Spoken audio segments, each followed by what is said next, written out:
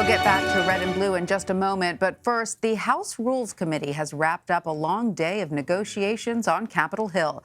The group agreed on the official terms and conditions for Wednesday's historic impeachment vote against President Trump.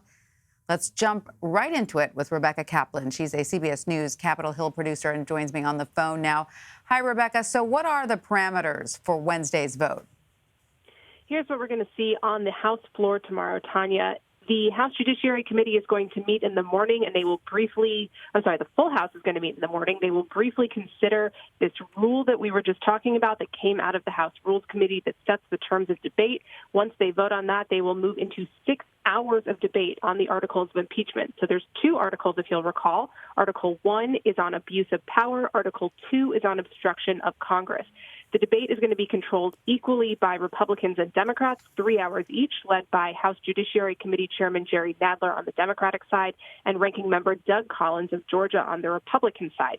They can designate anyone in the entire House who wants to speak, can get time from them to make their points, make their case on these articles of impeachment. Later in the day, we will see separate votes on Article 1 and Article 2, those impeachment articles. And before they head out of town for the night, or really head out of just Congress for the night, members will vote on a resolution appointing the impeachment managers, who are those members of Congress who make the House case when it moves over to the Senate. So is there a particular reason why they are voting on each article separately?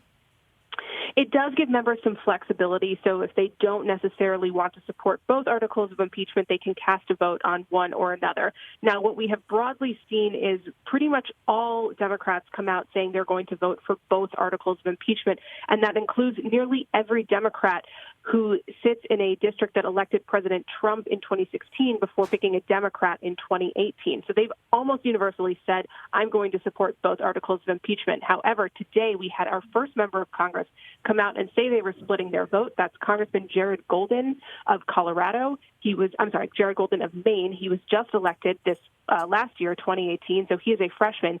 And he said that he is going to vote yes on Article 1, so yes on abuse of power, but he does not actually believe that he is going to vote yes on Article 2, obstruction of Congress. He said that he does not believe that the House went the full length to pursue all of the information that they should have from the president, using all of their options like going to court and issuing subpoenas for certain administration officials. So he does not believe that the president has committed obstruction of Congress. So there's an opportunity for that one member to say, I agree with this part of the articles of impeachment, but not a separate part. So there is some flexibility there. But since we pretty much know how almost every member is going to vote at this point, I mean, with some exceptions, can we expect Wednesday's proceedings to go rather quickly? What time do we think this will all wrap up? It's going to be a while. With 6 hours of debate, even though that says 6, it actually could likely be closer to 7 or 8 hours of debate once you throw in potential procedural motions from Republicans, things like a motion to adjourn entirely and stop debate. Now, Democrats have the votes to really run the floor the way they want to, but procedural motions here mean that things can be slowed down. So we're probably looking at a vote sometime in the early evening, maybe 6:30 or 7:30 p.m., and in between the morning and the evening, a day of debate for all members, Republican and Democrat, to make their case for and against impeachment. Now, have members said that they are committed to getting this done tomorrow, no matter how long it takes, or is there a chance they could break and resume on Thursday? Very unlikely we'd see them break and resume on Thursday. And that's part of what we know with this rule in place that says there's going to be 6 hours of debate.